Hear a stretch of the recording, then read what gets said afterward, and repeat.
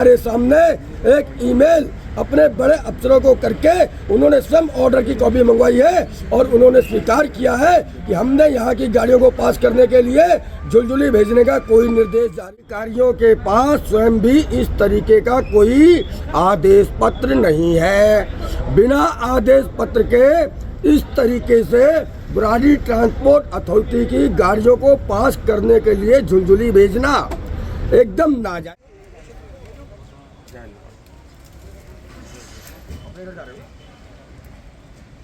Sir, ये authority के लिए मामला कुछ आ रहा है, लोगों का शिकायत है कि ये अथॉरिटी हमारी पेट पे लात लग रही है, जो भी है, ये क्या कहना चाहते हैं सर इसके मामले में? देखिए, एक नोटिफिकेशन निकाला गया था 23 सितंबर 2024 को, ठीक है, और उस नोटिफिकेशन के अंतर्गत 23 दिन का समय दिया गया था और 1 अक्टूबर 2024 से बुराड़ी ट्रांसपोर्ट अथॉरिटी की जो गाड़ियां पास होती हैं उनको ट्रांसफर कर दिया गया है झुलझुली में, ठीक है, जो कि पूरी तरीके से इनलीगल है। और जो ट्रांसफर किया गया है उसकी ऑर्डर शीट आज तक न तो परिवहन मंत्री जी उपलब्ध करा पाए हैं, न यहाँ के MLO साहब उपलब्ध करा पाए हैं, ना ही कोई अधिकारी उपलब्ध करा पाया है। और इन अधिकारियों के पास स्वयं भी इस तरीके का कोई आदेश पत्र नहीं है। बिना आदेश पत्र के इस तरीके से बुराड़ी ट्रांसपोर्ट अथॉरिटी की गाड़ियों को पास करने के लिए झुलझुली भेजना एकदम नाजायज है कि गाड़ियों को वहां ट्रांसफर करने का बिना किसी लीगल नोटिस के,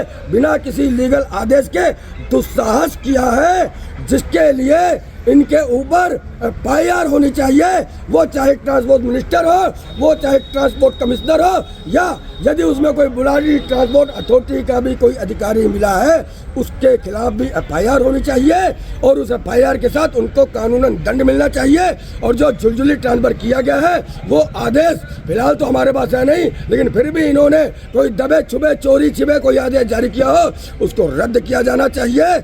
और यदि ये रद्द नहीं करते, अखिल भारत हिंदू महासभा भारत सरकार के सभी मंत्रियों, दिल्ली सरकार के सभी मंत्रियों को पत्र लिखेगी इस बाबत, और आवश्यकता पड़ी तो अखिल भारत हिंदू महासभा आप सभी प्रभावित लोगों को लेकर के दिल्ली के जंतर मंतर पर प्रचंड प्रदर्शन करते हुए इस निर्देश को वापस करवाएगी और जो बुराड़ी की पहचान है बुराड़ी अथॉरिटी उसको बरकरार रखेगी और जितनी भी गाड़ियों की पर्चियां झुलझुली के लिए काटी जा रही है उनको रद्द करवाएगी।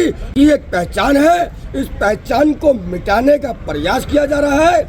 आज अखिल भारत हिंदू महासभा के साथ यहाँ के तमाम पीड़ित और प्रभावित लोग, जिनमें यहाँ कर रहे रोजगार कर रहे लोग भी हैं, दुकान चला रहे लोग भी हैं, गाड़ी पास कराने वाले लोग भी हैं, और यहाँ पर जो ट्रांसपोर्टर हैं, जो गाड़ी के मालिक हैं, वो लोग भी हैं। हम सब ने MLO संजय नरूला जी से भेंट की और उनसे जब ऑर्डर की कॉपी मांगी तो वो हमें ऑर्डर की कॉपी उपलब्ध कराने में असफल रहे, और जब उनसे जिद की गई तो उन्होंने हमारे सामने एक ईमेल अपने बड़े अफसरों को करके उन्होंने स्वयं ऑर्डर की कॉपी मंगवाई है और उन्होंने स्वीकार किया है कि हमने यहाँ की गाड़ियों को पास करने के लिए झुलझुली भेजने का कोई निर्देश जारी नहीं किया है। कुछ लोगों का सर ये कहना है, ये जो अफसरों का कहना है, इसमें कुछ भ्रष्टाचार कहते हैं, बड़े लोगों का शामिल कुछ हाथ है कुछ। देखिए, ये भ्रष्टाचार सीधे जो मिनिस्ट्री है ट्रांसपोर्ट की उससे जुड़ा है। आप इनसे जो अथॉरिटी है, जो आपका 50,000 लोगों का जो रोजगार है, आप इनसे क्या मदद करना चाहते हैं? या रोजगार नहीं होना चाहिए, बुराड़ी अथॉरिटी में रोजगार होना चाहिए। हम झुलझुली नहीं जाना चाहते।